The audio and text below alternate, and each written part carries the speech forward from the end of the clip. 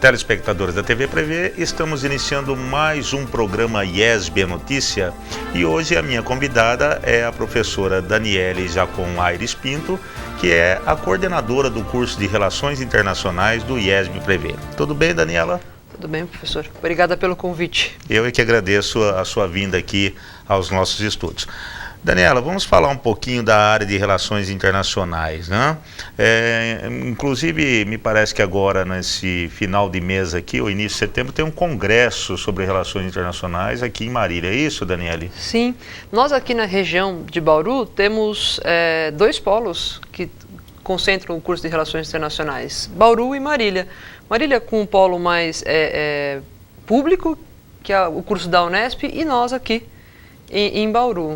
E nessa semana, no final da semana de agosto, na última semana e o começo da primeira semana de setembro, vai ter a 9ª semana de Relações Internacionais do curso de Relações Internacionais da Unesp de Marília, que vai contar com várias atividades interessantes, desde a participação dos alunos de graduação até os alunos de pós-graduação, com painéis, com exposição de posters e convidados de palestras. E parece que vem gente importante, né, Daniela? Sim.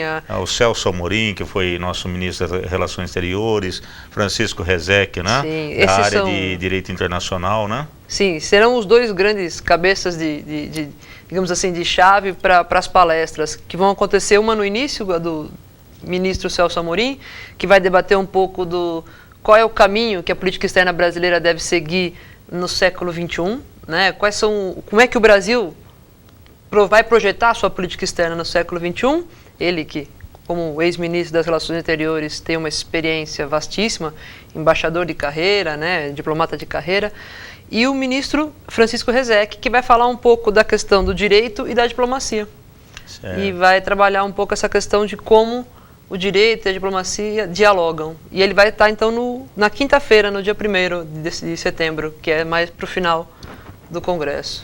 E por falar em política externa brasileira, Daniele, como que ficou essa questão do Cesare Battisti, lá, da extradição dele, que o presidente Lula, né, vetou, e aquela decisão lá do Supremo e etc. Como que ficou essa questão, não no âmbito da legislação, mas no âmbito das relações internacionais entre Brasil e Itália? Professor, eu acho que é interessante essa questão, porque ela tem dois caminhos, e um não funciona sem o outro. É o caminho interno das decisões soberanas de um país, que é o Brasil, as decisões da sua legislação, da sua Constituição, e a repercussão que essas decisões podem ter ao nível externo. E talvez isso seja o que nos interessa. Do ponto de vista interno, o Brasil está totalmente legitimado. É a sua Constituição, são as suas decisões políticas, e no externo essa soberania prevalece. Então, mesmo com os acordos, Daniele, de extradição, tudo? Mesmo com os acordos que existem, até porque há uma divergência entre os doutrinadores se o presidente, né, se a ação do Brasil está de acordo com o acordo ou não. Sim. Ou não, né, não segue o acordo. Mas, a par disso, para as relações internacionais e para a política externa brasileira, nós temos uma questão importantíssima, que é a soberania de um Estado. O poder que o Estado tem de decidir sobre as suas questões internas. Sim. Mesmo que isso tenha um reflexo no externo. Ele tem que obedecer a umas regras que ele mesmo assumiu, os acordos internacionais, o seu papel nos organismos internacionais. Mas a questão do Brasil e Itália, eu acho que o assunto do Cesare Battisti não é um assunto assim tão grande para abalar as relações Brasil e Itália. Não vou aqui defender uma posição do governo Lula, mas acho que foi a temática que ele pregou em toda a sua política externa. Então, poderia ser um engano nosso achar que no final ele iria decidir pela outra vertente de extraditar, então, o Cesare Battisti. Mas a repercussão, há coisas muito mais importantes na relação Brasil e Itália. Comércio, a troca cultural, a identidade, né, dos imigrantes que vieram para cá, e acho que um laço tão grande entre Brasil e Itália não vai se perder por um momento de conturbado de uma decisão política. Veja, a França tomou a mesma medida em relação aos presos políticos italianos. Com certeza gerou o mesmo mal-estar, mas Itália e França não cortaram relações. E o Brasil, no papel que ocupa no cenário internacional atual, não é um país que possa se submeter a qualquer tipo de pressão. É preciso que não impor de uma maneira violenta o seu papel, mas dizer, olha, o nosso papel é esse, a nossa posição é essa e nós temos direito de ter essa posição. Na sua opinião, o Brasil, em termos de relações exteriores, ele tem sido mais ousado ultimamente? Algumas questões que antes, vamos dizer assim, ficávamos em cima do muro, nós estamos agora tomando partido, quer dizer, em função até da projeção que o país tem hoje no cenário mundial? Eu acho que sim. Eu acho que tudo isso, toda essa nossa projeção atual, nos dá uma capacidade de ação muito grande. Porque nossa política externa sempre foi baseada em dois pontos. Ou ora éramos pela autonomia das nossas políticas, ora éramos pela dependência às grandes potências. Então, os governos que se alternavam essa questão. E eu acho que, analisando o cenário internacional atual e a projeção do Brasil como um Estado emergente e com a possibilidade econômica que o Brasil tem, oitava, nona economia do mundo, às vezes classificam como sétima, criamos um arcabouço, um alicerce muito sólido para que as nossas ações externas tivessem um colchão que amortecesse qualquer tipo de reação. Ainda precisamos criar um colchão maior de amortecimento? Com certeza, mas hoje a nossa solidez econômica, o nosso desenvolvimento cada vez maior, a nossa retirada da pobreza de quase 15 milhões de pessoas, isso nos dá uma segurança de ação internacional e uma segurança do externo para com o Brasil muito grande, o que faz com que o Brasil, sim, tenha uma posição mais autônoma, uma responsabilidade maior, por um lado, porque nenhuma autonomia vem sem responsabilidade, mas sim uma autonomia em questões internacionais como o Haiti, como a questão das bolsas, em relação a essa questão do câmbio, que está sendo uma jogada do câmbio, e a posição do Brasil cada vez mais firme. Tomou partido, por exemplo, ao reconhecer o Estado palestino, que foi algo muito interessante, foi um dos primeiros países dos emergentes, vamos dizer, de reconhecer, e o que ele fez, muita gente torceu o nariz, Torce, mas nós temos uma tradição, a política externa brasileira, o Estado brasileiro tem uma tradição por essa questão. Sim. Nós apoiamos sempre a autodeterminação, sempre o reconhecimento dos Estados, sempre o fim dos conflitos, sempre a resolução pacífica dos conflitos. E apoiar, de certa maneira, o reconhecimento do Estado palestino é um caminho para que se resolva o conflito de maneira pacífica. Correto. É dar àquele Estado uma aura de, olha, vocês são também soberanos como é o Brasil, como é Israel, como é os Estados Unidos e todos os países que ali estão em volta. Então é uma tradição brasileira, da política externa brasileira, essa questão. E eu acho que estranho seria se não o fizéssemos, não o reconhecêssemos. E nessa questão desse sobe e desce das bolsas, Daniela, as empresas brasileiras também perderam muito, no cenário econômico mundial, como que fica a relação do Brasil e também dos demais países outrora subdesenvolvidos com relação aos países desenvolvidos que hoje estão amargando essas crises? Isso é uma questão complicada, porque a economia muitas vezes está para além de qualquer área de interesse que a gente consiga definir. Ela passa pelo direito, ela passa pela política, ela passa pelas relações internacionais. O que eu vejo, principalmente do ponto de vista dos chamados BRICS, ou países emergentes, é que o fato de conseguir solidificar a nossa economia interna, principalmente Brasil, Índia e China, deu a esses estados uma segurança para o investidor internacional. É diferente, por exemplo, de questões como quase todos os nossos vizinhos sul-americanos. O investimento internacional e essa variação da bolsa ainda prejudica mais aos nossos vizinhos do que necessariamente a nós. Nós conseguimos, de certa maneira, construir um alicerce muito forte na economia. E isso vem desde o Fernando Henrique, com a estabilização do real, passa pelo governo Lula, com a retirada das pessoas da pobreza e com o aumento da questão social, do fortalecimento da questão social, da assistência social, e continua com a presidente Dilma numa clara posição de fortalecer o país como um país não corrupto, como um país que tem as suas metas, que segue uma linha de governo. Então, eu acho que essa questão da Bolsa, ela é complicada, ela não é uma marola, como vivem dizendo, como o próprio presidente Lula disse, mas o Brasil está preparado, mas tem que seguir numa política constante e com responsabilidade, porque se não seguir, o clima os Estados Unidos é muito forte, e se ele cair, todos caem junto. Mesmo se a gente cair junto com ele, nós temos que nos precaver para cair com o menor dano possível, com menos arranhões possíveis, né? Talvez seja isso que não ficou muito bem explicado nessa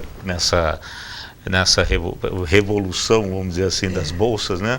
Porque o pessoal vendeu ações para comprar títulos do Tesouro norte-americano, né? Por quê? Qual que é o raciocínio? Não é somente por uma questão de ganho, né?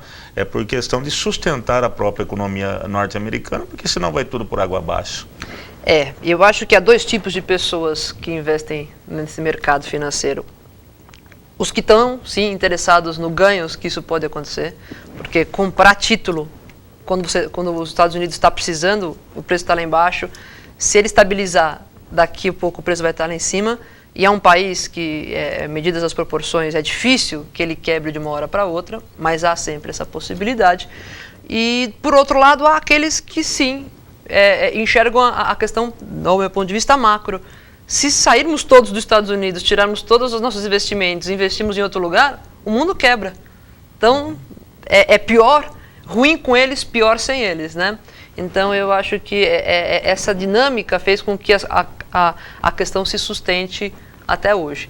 Mas eu acho que para a questão do mercado financeiro, ou se criam regulações mais firmes de investimento, dessa volatilidade desses investimentos, ora está no Brasil, amanhã está na Malásia, depois de amanhã está na China, depois volta para os Estados Unidos, e isso é fictício, essa ideia de investimento, né? Essa ideia de que o Brasil está recebendo investimentos, ou se criam mais mecanismos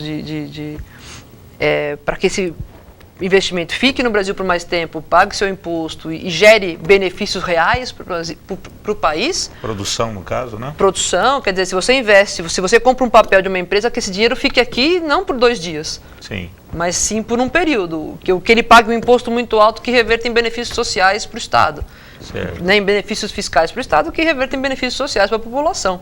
Porque, do contrário, nós vamos ter cada vez mais essa especulação. E a especulação gera insegurança aqui, gera insegurança nos Estados Unidos, e para países que são economias mais debilitadas, como toda a América do Sul, a África, podem ter repercussões ruins e que para nós seria péssimo, né? Nós não queremos que os nossos vizinhos estejam mal das pernas economicamente, pelo contrário, nós queremos comercializar com eles. E por falar em vizinhos, Daniele, como que está a nossa relação com eles? Porque não se fala muito mais em Mercosul, né?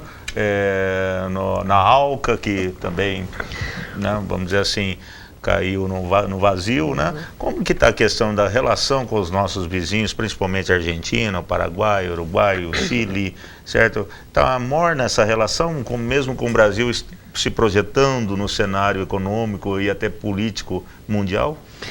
A nossa relação com nossos vizinhos, ela é, de certa maneira, dúbia. Não com todos, né? Mas nós, ao mesmo tempo que o Brasil representa para eles um grande mercado, né, o qual eles podem negociar, e um país que pode fortalecer a região, apresenta uma ameaça. A nossa política hoje trabalha, a política externa e a política interna brasileira, dos últimos governos, trabalha na ideia de fortalecer esses laços. Mas é muito complicado fortalecer laços quando você vê algumas ameaças. Então nós temos parceiros fiéis. Eu acho que todos os parceiros do Mercosul, apesar dos contratempos, como a Argentina, o Paraguai na questão de Itaipu, a Argentina na questão do comércio do couro, nós ainda somos parceiros. Podemos contar um com os outros regionalmente. nas Nações Unidas temos um problema. Na questão do Brasil em relação à cadeira no Conselho de Segurança, a Argentina provavelmente não estará do nosso lado. Certo. Mas temos outros países, temos a Venezuela, por exemplo, do Hugo Chávez, que muitas vezes desestabiliza, apesar de termos com eles uma relação de parceria e vice-versa, muitas vezes desestabiliza toda uma situação de parceria e de cooperação na América do Sul. A Colômbia, que é uma tradicional parceira dos Estados Unidos, que muitas vezes mais volta a sua política para os interesses americanos do que para os interesses regionais sul-americanos.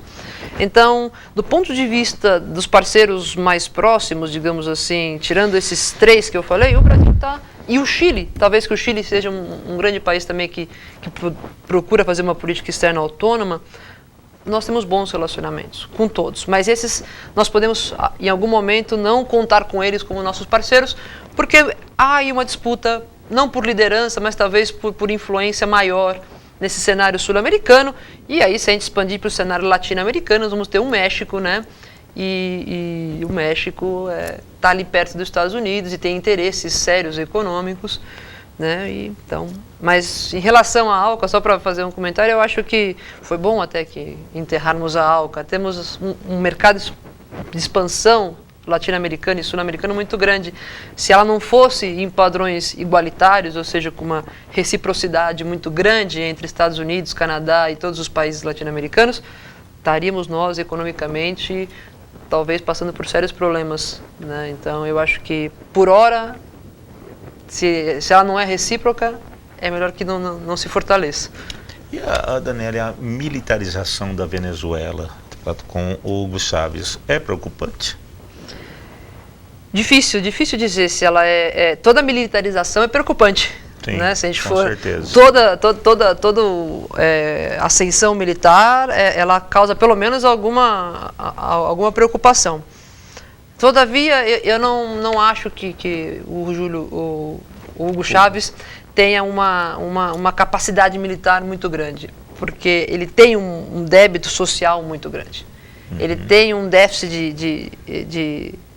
de crescimento dentro do país dele social, que sabe, passam os anos e ao invés da população ganhar em qualidade, ela perde em qualidade.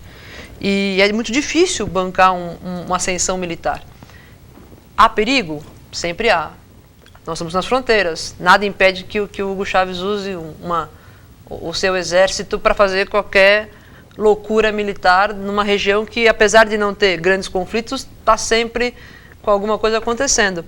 Mas eu acho que não é um assunto que poderia estar nos primeiros assuntos da agenda, da pauta. Eu acho que é preocupante. Mas o Brasil também tem uma seção militar.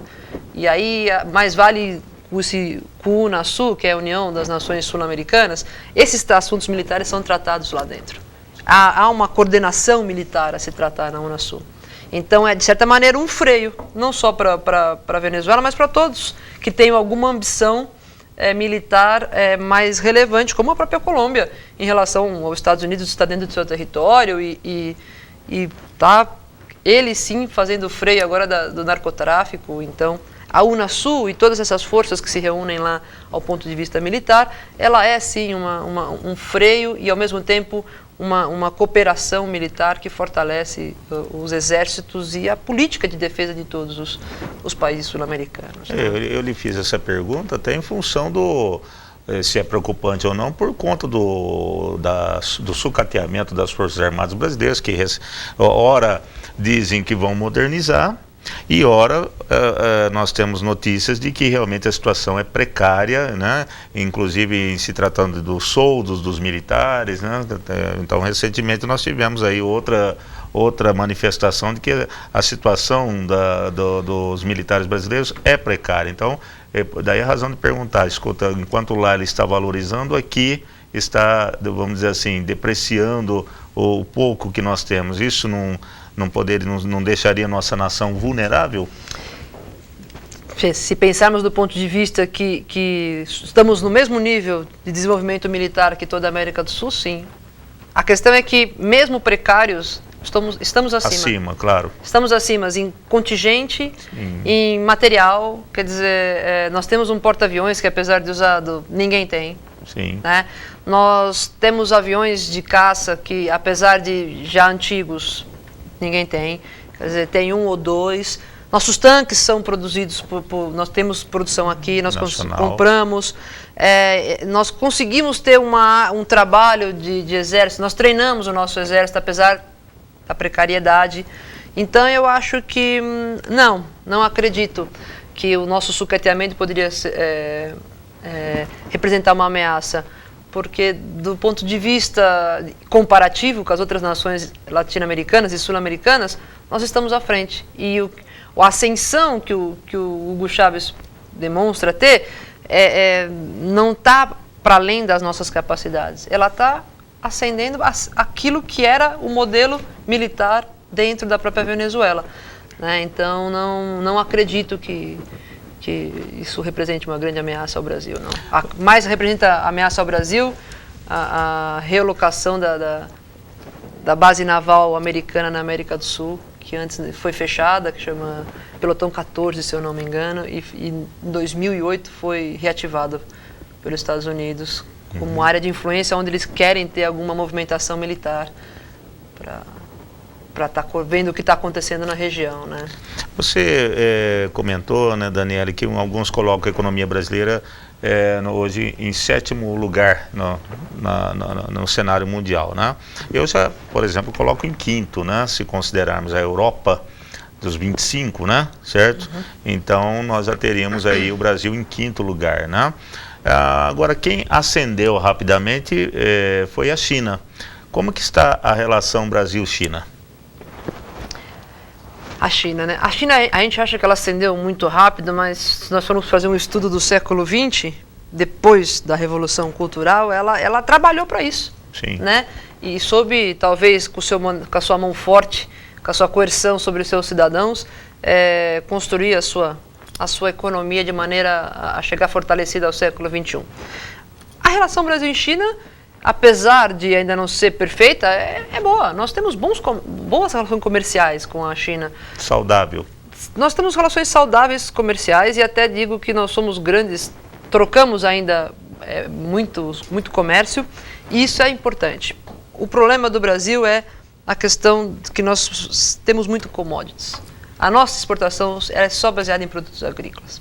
E para competir com a China nesse quesito, já saímos 200 pontos atrás. Certo. Então, quer dizer, mas desse ponto de vista, ainda assim, nós conseguimos exportar muita coisa para eles. Soja, frango, carne, e eles exportam, né, a gente importa deles os eletrônicos, na sua maioria, não só esses que nós conhecemos, que a gente às vezes fala que não são bons, mas componentes de muitas máquinas que são excelentes, que são produzidos lá. A maioria dos componentes eletrônicos de computador saem de lá, da Coreia e da Índia. Não adianta a gente querer, né, dizer que não. Por outro lado, na relação Brasil-China, tem uma questão delicadíssima, que é toda essa tendência, que até tem na nossa Constituição, é um dos princípios constitucionais, a nossa defesa pelos direitos humanos. E a China é uma clara violadora dos direitos humanos dos seus cidadãos. Então, a relação do mundo com a China, e principalmente do Brasil, vai ser sempre dúbia. Ao mesmo tempo que você quer fazer comércio com a maior nação do planeta economicamente e populacional, você não pode mudar o seu foco de condenação a violações dos direitos humanos. E aí a gente fica num papel dúbio. Quando chega na hora de condenar a China, a gente se abstém. E não só a gente, mas outros países. Então é difícil. Eu acho que há uma relação boa comercial. A Dilma foi agora, no começo do ano, numa visita à China, que se prolongou por quase uma semana, com empresários para fortalecer esses laços, mas é difícil. É difícil não condenar a China pelas suas atrocidades em relação a direitos humanos. Até pode parecer forte a palavra atrocidades, mas o pouco que a gente vê já às vezes assusta. Muito pode ser escondido, talvez seja pior. Mas acho que a relação Brasil e China só tende a crescer, até porque a China não se sustenta, acho, muito tempo violando tão afirmativamente os direitos humanos, sem que a sociedade civil organizada e internacional, digamos assim, passe em branco, não. Acho que a pressão vai ser própria dos cidadãos. Em se tratando assim de comércio, a gente sempre costuma dizer que o Brasil ainda é um pouco tímido, né, certo? A África não é um excelente mercado para o qual o Brasil deveria se direcionar, na sua opinião, Daniele? Acho que sim. E acho que apesar a gente se direciona muito, principalmente para o que a gente chama de África lusófona, né? As antigas colônias de Portugal. Sim. Nós temos a CPLP, que é a Organização dos Países de Língua Portuguesa, oficial portuguesa, e lá nós fazemos comércio. Nós somos um dos maiores investidores na Angola, um dos maiores investidores em Moçambique. Né? A questão é que ainda está muito aquém essa relação. Pode melhorar, mas ainda para entrar dentro da África, a burocracia por qual se passa, as questões de corrupção, não é uma coisa só brasileira, é um continente onde a pobreza é muito grande e o nível de corrupção é grande também. Né? Nós também temos aqui, eles também têm lá. Então é uma dificuldade essas burocracias comerciais, mas eu acho que a cada ano as relações com o Brasil e África estão melhorando, principalmente com os países oficiais de língua portuguesa, da comunidade de países oficiais de língua portuguesa.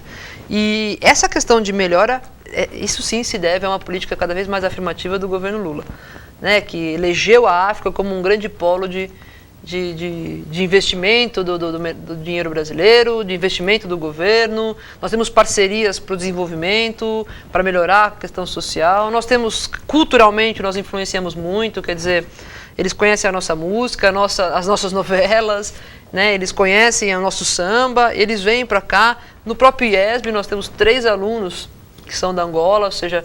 13 não, são acho que 12, 13 é só no... Não, 3 no nosso curso de RI. Relações, exato. 3 no então curso de RI, né? né? Um forte intercâmbio, né? Um forte intercâmbio, quer dizer, e isso tem que ser cada vez maior. Esse tipo de intercâmbio, amanhã ou depois, gera uma relação econômica, gera uma relação cultural, gera uma aproximação e gera uma cooperação. Nós somos africanos de raiz, né? A nossa base não é só europeia, brasileira, ela é africana. Então tem tudo para dar certo essa relação. Agora, os trâmites burocráticos, o aparelho de Estado, é muito complicado que a gente consiga lidar sem... É um entrave. É um entrave como era no Brasil da década de 80, 90, a burocracia, e ainda é até hoje, né? A corrupção, tudo, são entraves que não ajudam nada a se desenvolver, nem a África nem o Brasil. Voltando à questão do Congresso, Daniele, os alunos do IESB vão para esse Congresso, os alunos do curso de Relações Internacionais? Vão. A princípio não. Na palestra do ministro Celso Amorim, nós vamos levar a turma toda, né, para assistir a palestra, que vai se realizar no dia 29, na segunda-feira. E estamos organizando com os alunos também ir assistir a palestra do ministro do Supremo, do Francisco Rezec. 29 de agosto agora. 29 de agosto agora. Na Unesp Marília. Marília, isso. Okay. A partir das 19 horas começa. Então nós vamos com todos, são por volta de 27 alunos, mais 3 professores, né? Nós vamos numa boa comitiva e sim, queremos sucesso, queremos nossos alunos participando, debatendo. Eu acho que isso é um crescimento para eles inigualável, né? Sim. Que eles possam crescer, que eles possam debater com outros alunos, ouvir aqueles que fazem a política, aqueles que vão lá fora fazer a política, falar sobre o que é fazer essa política, qual é a experiência de fazer política em loco, né? De ser o responsável pelas decisões. Então, eu acho que vai ser muito engrandecedor para todos eles. E para mim, já como pesquisadora, vai ser. Imagino para eles. Sem dúvida, aí você assistiu o Celso Amorim, né, que foi um excelente ministro das Relações Exteriores do Brasil. Deve ser algo muito compensatório, né? Muito, muito. Tá ótimo. Eu gostaria então aqui de agradecer a professora Daniele Jacon Aires Pinto, que é professora do curso de Relações Internacionais do IESB e a coordenadora do curso de Relações Internacionais. Você é formada em Relações Internacionais em Lisboa, é isso, Daniela? Não, eu sou formada em Portugal, mas pela Universidade de Coimbra. Ah, de Coimbra. Sou formada em minha graduação em Relações Internacionais pela Universidade de Coimbra. Sim. Tenho mestrado na Universidade de Coimbra também em Estudos de Segurança e Paz e atualmente faço doutorado na Unicamp, em Política Externa do Brasil. Certo. Então a Daniela, bastante experiente, né? E é a nossa coordenadora do curso de Relações Internacionais. Aliás, se você, telespectador, estiver interessado ainda num dos cursos do IESB Prever, você pode entrar em contato com a nossa secretaria acadêmica, através dos telefones 4009 8810 8811 e adquirir informações de como ingressar ainda neste segundo semestre de 2011. Então, informações também pelo nosso site www.iesprev.com.br. Daniele, muito obrigado pela sua vinda aqui. Obrigada, eu. E eu peço a você, telespectador, que continue assistindo a programação da TV Prever. TV Prever, o canal da educação.